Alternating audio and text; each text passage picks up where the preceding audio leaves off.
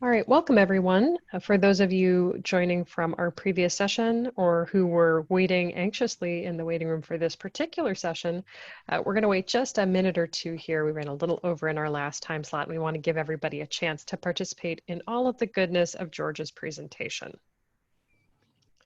So stay with us and you are in the right spot. We will begin momentarily.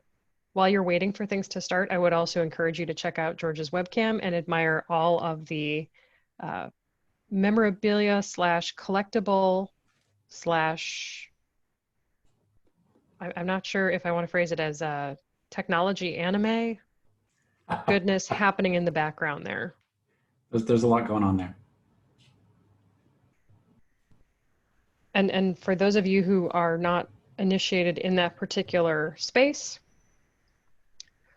like myself, please note that Voltron is to the right, Optimus Prime is to the left, and we will not, yes, thank you. And air masks will drop from overhead in the event. The bag may not inflate even though oxygen is flowing. We like to have fun while we're here at the Spark. All right, it looks like we've got a good group coming in and we have a pretty tight turn here. And I think, Dwight, you've pulled the magic trick of jumping between rooms? Yes, I have. Can I ask you, as much as I would love to do it myself, I think you'll do a better job. Would you please introduce George to the group and we'll go ahead and get started? Absolutely. Thank you very much, Alexis. So yeah, it is my pleasure to introduce our next speaker, who is currently serving as the Fuel Board Vice President, George Finney. In addition to being the CSO for Southern Methodist University, George is also an author.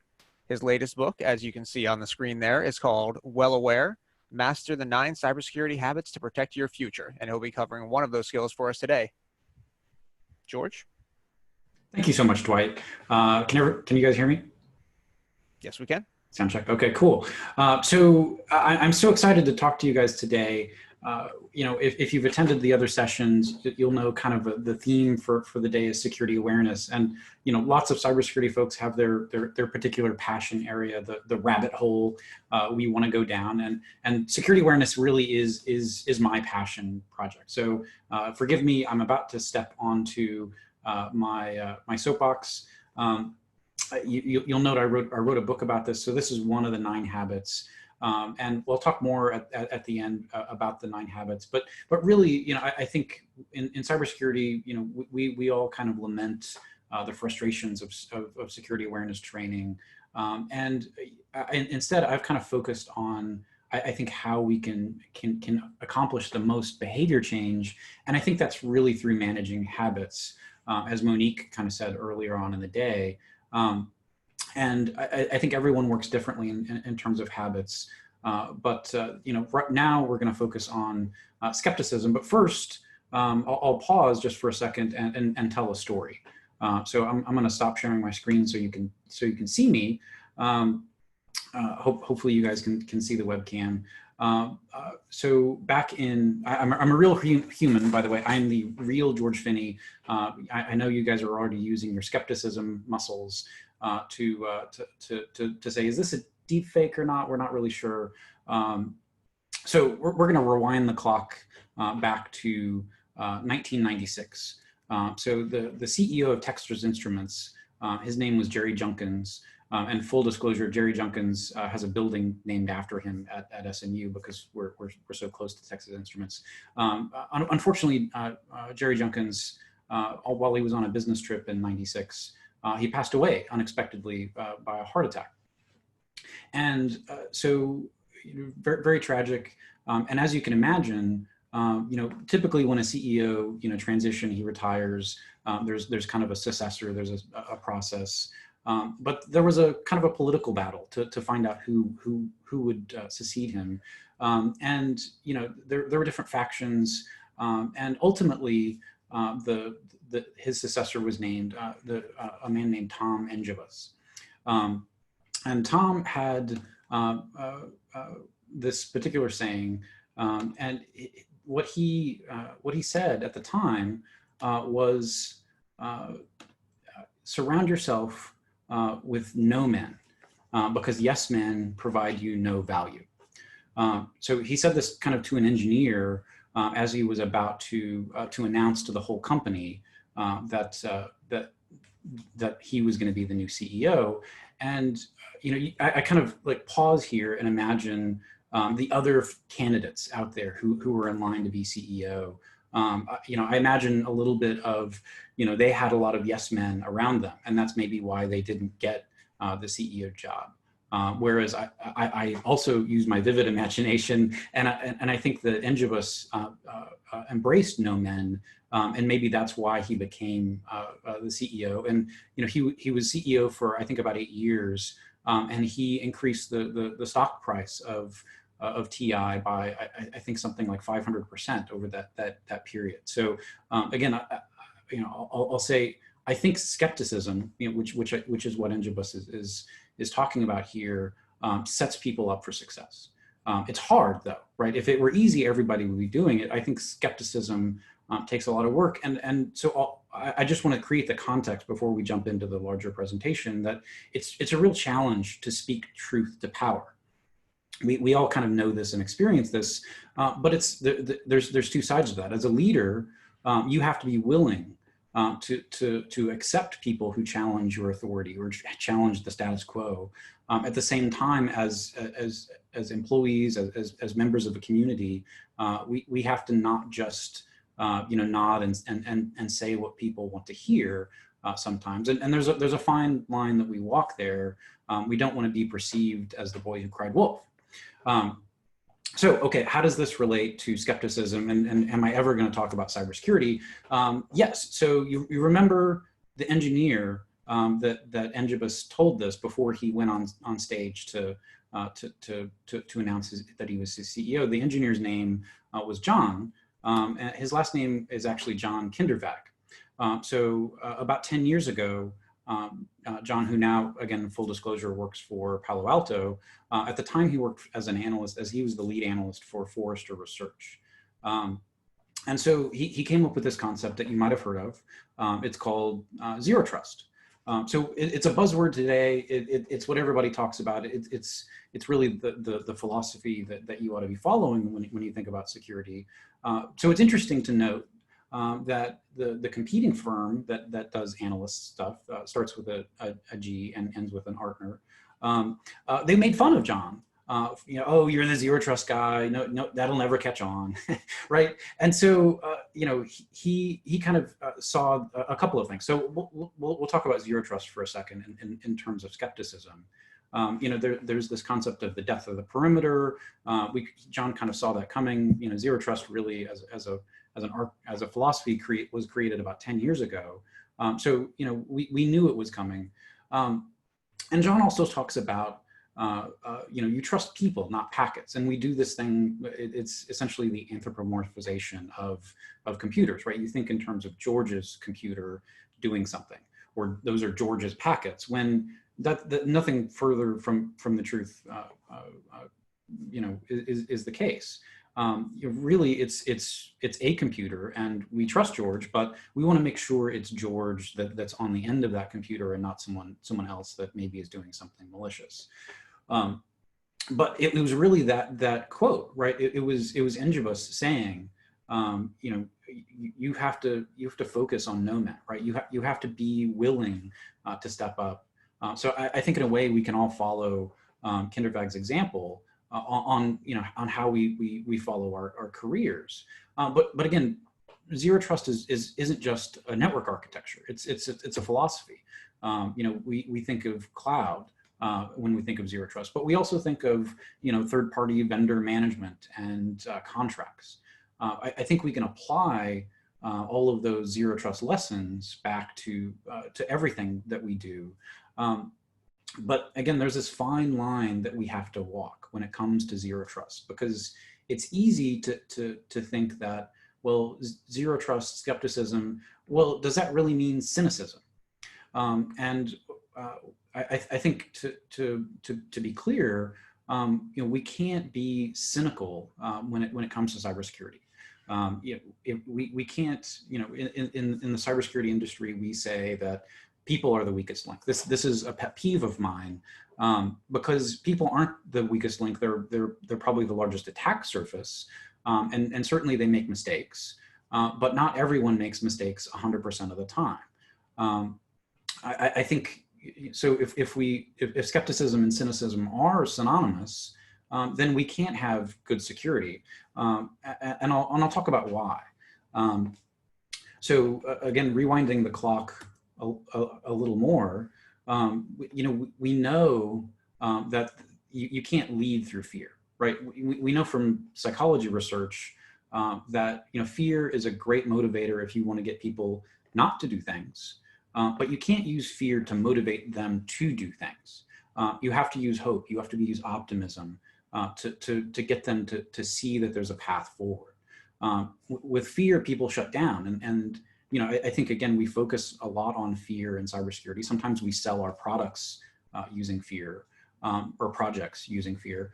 Other times, security is just scary in general, and we kind of facilitate that fear-based environment when there's a much different a way forward. And so to talk about that, I'll rewind the clock a little further. So to 1963, there was an elementary school principal named Lenore Jacobson, and she had just read this article from a psychologist. His name was Dr. Rosenthal, and his study was essentially, it's been referred to as the Pygmalion effect or the Rosenthal effect, although I don't think that Rosenthal probably named his effect after himself. So I'll pause here and say, again, skepticism check. I hope your skepticism is working in overdrive right now. But the picture you're seeing is not Lenore Jacobson. Obviously, that would have been from the 60s, and it would probably have been a black and white photograph. This is just some stock photo of a model that I found. But what Jacobson did in her elementary school was to essentially trick her teachers into proving this point. So she got all of the test scores for the students one year, and she flipped it. So she said the worst performers were actually the best performers, and the best performers were actually the worst performers. And this is what she told all of her teachers. So at the end of the year, when they tested the students again,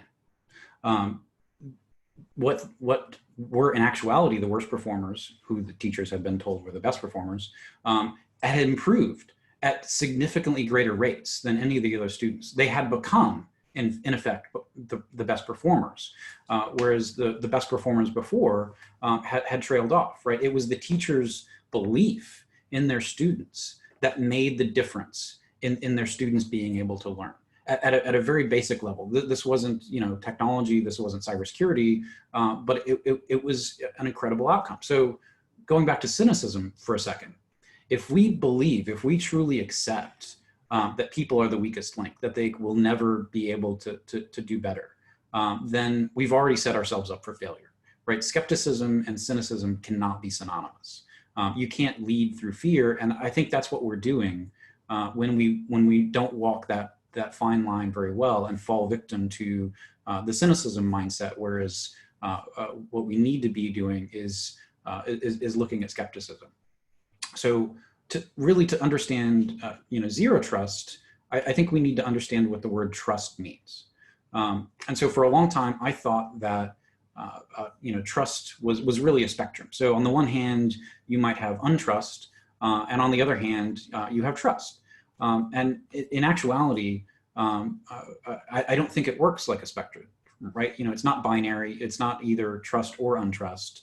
It's not a spectrum, because where on the spectrum do you start trusting, right? Do you start trusting right at 50%, or some variation thereof? Instead, there's a book by a writer I love, Stephen Covey, who's the son of the other Stephen Covey who wrote The 7 Habits. The son wrote a book called The Speed of Trust. And actually, when you don't have trust in business, there's a tax. It actually reduces the performance of companies. They're not able to do deals as quickly, or et cetera, accomplish projects on time. And so what Covey argues is that trust is actually a matrix. So on the one hand, you have trust, and on the other hand, you have skepticism, right? But you can have both at the same time. So if you have, low trust and low skepticism, what you actually have is indecision or fear. If you have low skepticism and high trust, you have gullibility or vulnerability. If you have low trust and high skepticism, that's where we're at. I think as an industry, you're in cynicism, and what you need to have good judgment is both high trust and high skepticism at the same time. Okay, that makes sense. But what is skepticism? This is a picture of Dan Pink, and I thought a lot about how to incorporate skepticism into our practice. And so I read a book of his. He's a New York Times bestselling author.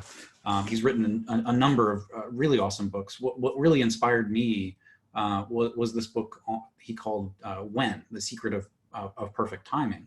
And so in the book, he kind of studies timing and its impact on decision making, and the research that he's found indicates that really people are at their best for different types of activities, different times of the day.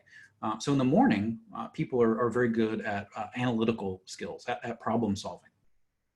And that ability trails off and later in the day. So if you don't take away anything from this talk, other than this, if you're going to have a surgery, right, any kind of procedure, have it in the morning, because the research suggests that you're 3 times more likely to get an infection or to die from complications if you have those surgeries in the afternoon. He looked at military decision making, again, worse in the afternoon. When you look at test taking for students, the same test taken morning versus afternoon, there's a 20% difference in students. They do better in the morning.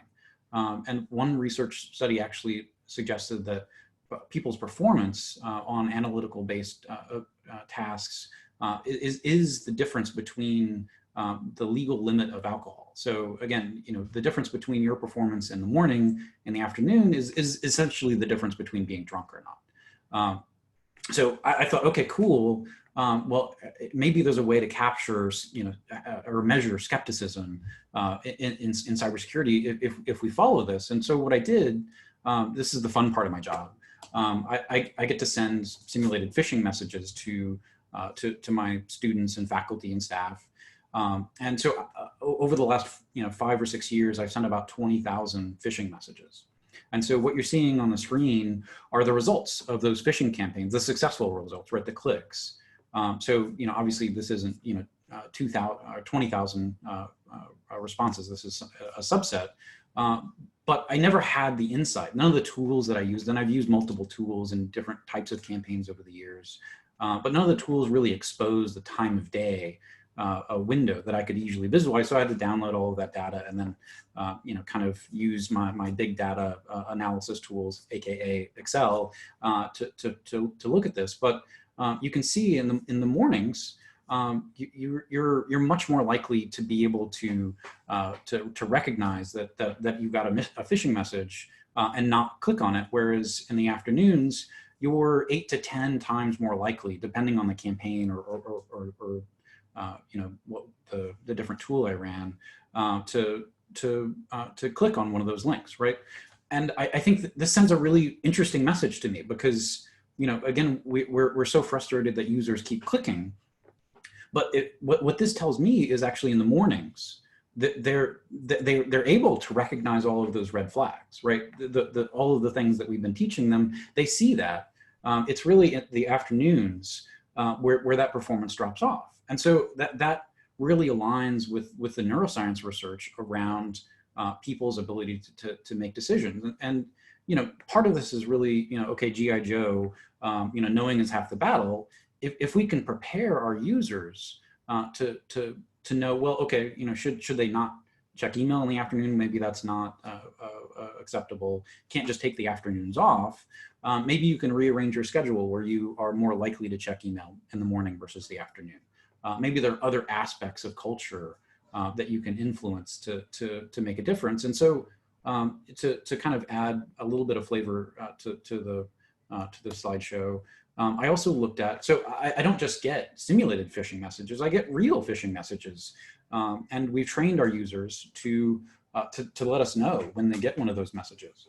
So I looked at those reports over the last period of years. And actually, again, the same story holds true. Because they're recognizing more messages in the morning, they're able to report them more frequently. So 3 times as many reports in the mornings versus the afternoon. So users are getting our message. It's really, again, looking at the data, and I hope you'll be skeptical about the data.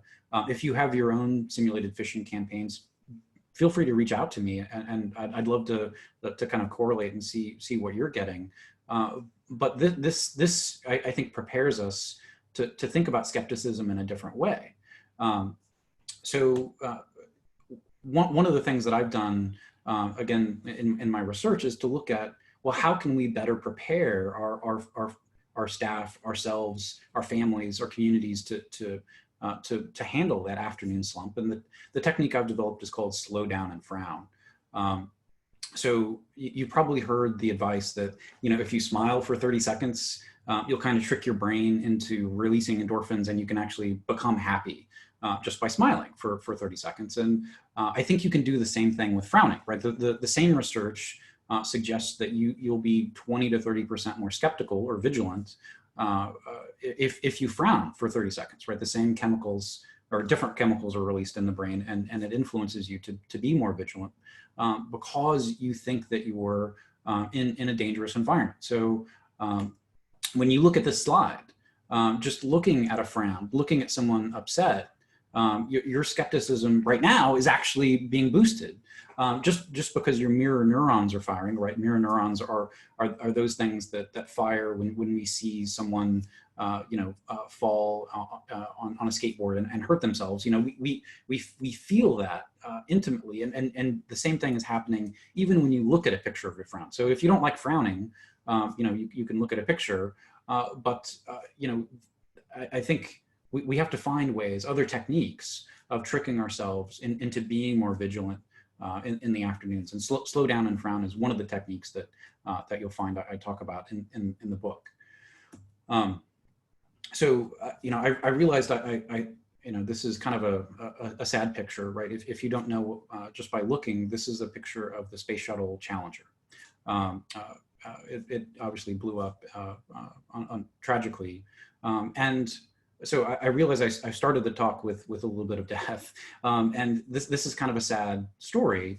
But in the 1980s, there was an engineer who worked for a NASA contractor. His name was Robert Ebling, and Ebling sent this famous memo to the engineers at NASA saying "help," and in it he describes the problem that would eventually cause the space shuttle to explode, and he unfortunately he was ignored. His advice went unheard, really for political reasons, right? He worked for a contractor that didn't want to lose a lucrative NASA contract. NASA had an aggressive launch schedule that required them to launch in cold weather, which is why the O-rings failed. But he lived the rest of his life, regretting this moment, right? He always wondered maybe there was something he could have done, something more that he could have done that would have saved the 7 astronauts' lives. And I say this not to depress you, but I say this because you aren't powerless, right? I don't think that Ebling, is a tragic story. I think he's a hero. I think we need to understand him and know that we are in the same place, right? We can make a difference in our organizations, and we're not just not powerless. We won't give in to cynicism, right? And I think if you're in cybersecurity, if you're a cynic, if you don't think you can make a difference, that you're just plugging your finger in the dam and it's going to break at any moment, and nothing you do matters. That's not what we should be doing, right? We can make a difference every day, and we do, and we need to highlight those successes that we have. Because again, skepticism is a fine line, right? You have to be able to walk that line and be able to speak truth to power. Who, whether it's you're talking to a CISO or to your board directors, whether you're talking to external entities or a family member, right? And I believe security is in your DNA, right? We're very fortunate to be in an industry where we can kind of live our lives kind of doing something that's so integral to humanity, right? So we come together as a species in order to have mutual protection. And that mutual protection, we don't necessarily like each other. We don't necessarily get along with one another. We get on each other's nerves, certainly. But we've evolved to have security be a part of our DNA. And that means that everyone around us wants to be a part of that too, right? Security is everyone's job. And I think working together, we can solve those challenges. I talked a little bit about the security as a habit, but security is in our DNA. And I think each habit represents a constellation, if you will, of smaller, tiny habits. And we can come together to organize those habits into a great defense for cybersecurity. And that those tiny habits can be different for everyone, whether you're an accountant, a lawyer, whether you're a cybersecurity practitioner, or just a general IT person. You can implement different habits in different ways, similar to how maybe there's different motivation to get people to eat healthy or to exercise more. And so all of those habits, I think, work together in coordination to make us more secure, and I think we can embrace them. So the book is coming out in a couple of months. If you've liked what you've heard, obviously this is a sneak preview, but I want to hear from you. And if you're willing to do a pre-order of the book, I would love it. I'm actually donating half of the proceeds from the sale of the book to support COVID-19 related charities like food banks or homeless shelters or medical resources for folks. So that's kind of the 9 cybersecurity habits in a nutshell. Alexis, did we have any questions? We had a few jokes on big data tools, but I think you did a great job, George. And I know that we're a little short on time. I wish we could spend even more here, but I'll ask you a closing question before we send everybody on to their next session. Skepticism was obviously your first choice for a cybersecurity habit. What would be the next habit that you would want to talk about or draw attention to if you could? So definitely, all of the habits are I think important. My favorite habit is culture, and I know the last session talked in detail about culture. But what I found, I wrote a paper or an article for Forbes about it. I think culture eats cybersecurity for breakfast. I've got some research in the book that I talk about that culture is probably the leading indicator of whether a company is going to be breached or not. So what I found is companies with a lower than average culture score are 3 times more likely to be the victim of a data breach, irregardless of, and sorry, I know irregardless is not a word, but regardless of industry, technology, size of company. Really, it's about culture that matters. And it matters not just for us for cybersecurity, it also matters for productivity, it matters for revenue. I think culture is such an important thing for organizations, and I think we tie in really nicely in the cybersecurity industry to help influence culture and make it better.